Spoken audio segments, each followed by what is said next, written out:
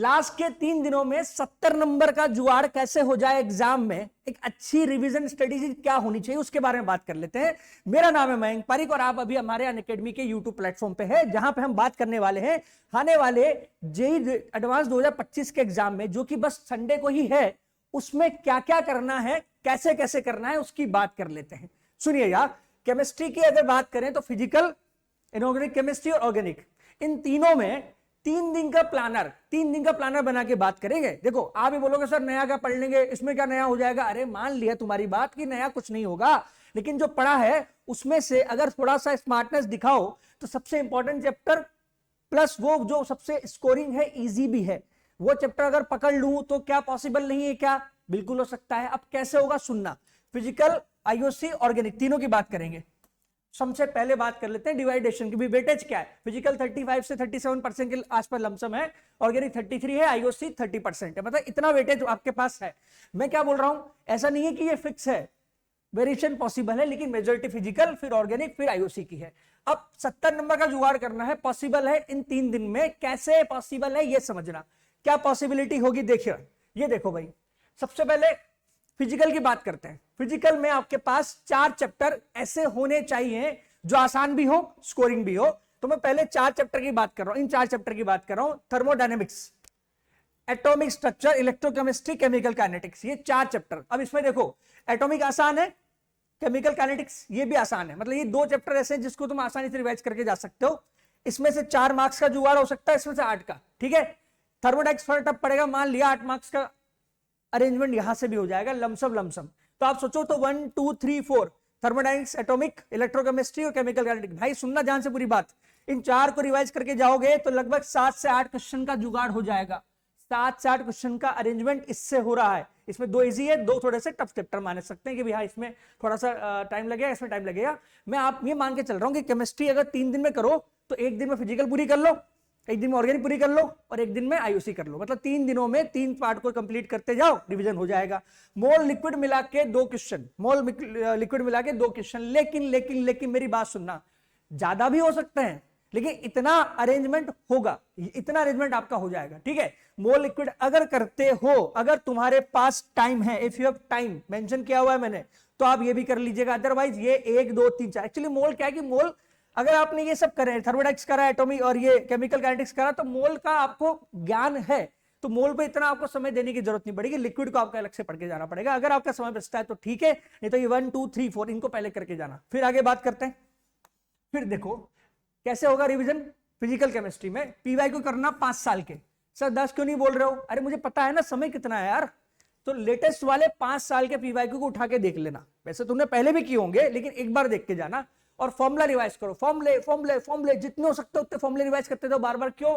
Physical में formula भूल गए तो दिक्कत हो जाएगी। ध्यान से सुनना, नोट्स के लिए अब टाइम नहीं बचा भाई।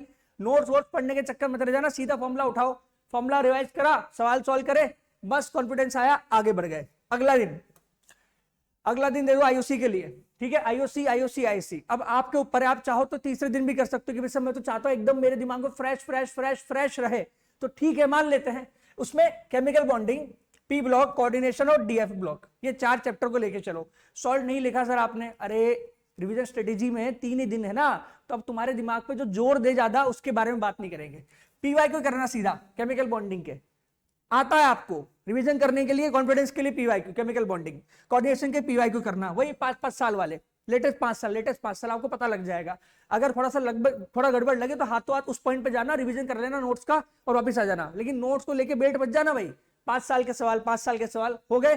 फिर पी ब्लॉक, नोट्स लगाओ, नोट्स की रीडिंग लगाओ, लेकिन फास्ट रीडिंग लगाना, बैठ मत जाना, एकदम बिल्कुल स्टडी करने, गहन अध्ययन करने।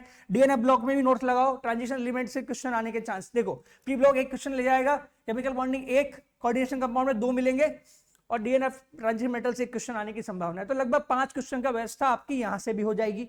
ठीक है, 5 क्वेश्चन का अरेंजमेंट हो जाएगा। फिर से बोल रहा हूं, केमिकल बॉन्डिंग, कोऑर्डिनेशन में क्वेश्चन के फॉर्म में रिवीजन कर लेना, पी ब्लॉक में और डीएनएफ ब्लॉक में नोट्स रिवाइज कर लेना। नोट्स रिवाइज करोगे तो बात ज्यादा अच्छी से बनेगी। उसके बाद अगर आपके पास समय बचता है उस पूरे दिन में, तो भाई साहब फिजिक्स भी तो पढ़ोगे, नहीं पढ़ोगे क्या?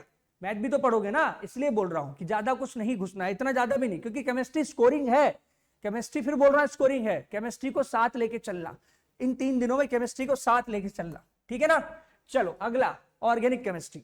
ऑर्गेनिक में एक समस्या है, सब कुछ आपस में ऐसे कनेक्टेड है, इंटरलिंक है, एकदम जुड़ा हुआ है, तो क्या करें क्या करें क्या करें। सुन मेरी बात सुनो, कैसे होगा। Notes, short notes, not notes, short notes.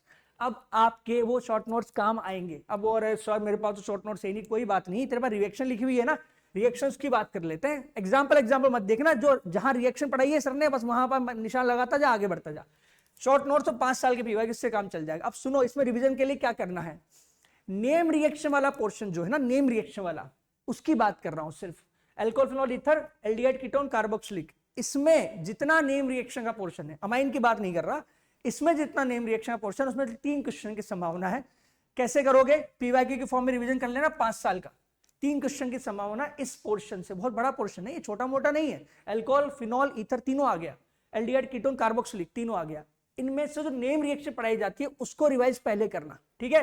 क्योंकि नेम रिएक्शन कर लिया तो तुम्हारे बहुत सारे फंडामेंटल ऐसे क्लियर है। जीओसी के बारे में इसलिए नहीं बोल रहा क्योंकि जीओसी अगर आप 12th पढ़ रहे हो तो आपका जीओसी वैसे भी क्लियर हो चुका होता है, ठीक है ना। अगर आप 12th की ऑर्गेनिक केमिस्ट्री में अच्छे से डूब रहे हो तो आपका जीओसी वैसे भी क्लियर है। ज्यादा क्या होगा, एसिड बेस के सवाल आ सकते हैं, लेकिन वैसे तो क्वेश्चन आ नहीं रहा, डायरेक्ट वाली बात करें तो, ठीक है। जहां जीओसी की एप्लीकेशन आती है तो हम वो पढ़ी रहे। फिर halo alkanes, SN1 SN2 E1 E2, ये मेजर पार्ट है, ठीक है ना। इससे जुड़ी जितनी रिएक्शंस हैं उनमें से 2 क्वेश्चन की संभावना है, मतलब कुल मिला के SN1 SN2 E1 E2, ये अच्छे करके जा, 2 क्वेश्चन की संभावना।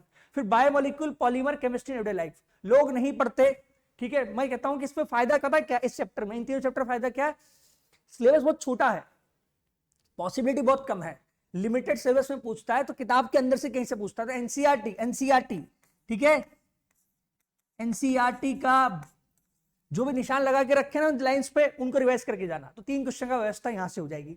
अब मेरी बात सुनना बहुत ध्यान से, एक इंपॉर्टेंट पॉइंट और बता देता हूं मैं आपको। एनसीईआरटी का रिवीजन अच्छे से करके जाना ये जरूरी हो जाता है। अब आपके लिए एक मोटिवेशनल लाइन जल्दी से बता देता हूं, क्योंकि मेरा बहुत मन था, ठीक है। आपका एग्जाम है और एग्जाम आपका बहुत अच्छा जाए, भगवान से मेरी यही दुआ है कि आपका एग्जाम बहुत बहुत बहुत बढ़िया जाए, और भगवान करे आपको आपकी मन मर्जी का कॉलेज मिले, इसी साल आप आईआईटी में चले जाएं।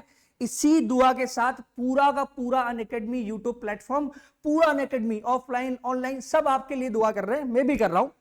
तो मेरा इतना ही कहना है कि तुम भोर का पहला तारा हो, परिवर्तन का एक नारा हो, तुम भोर का पहला तारा हो, परिवर्तन का एक नारा हो।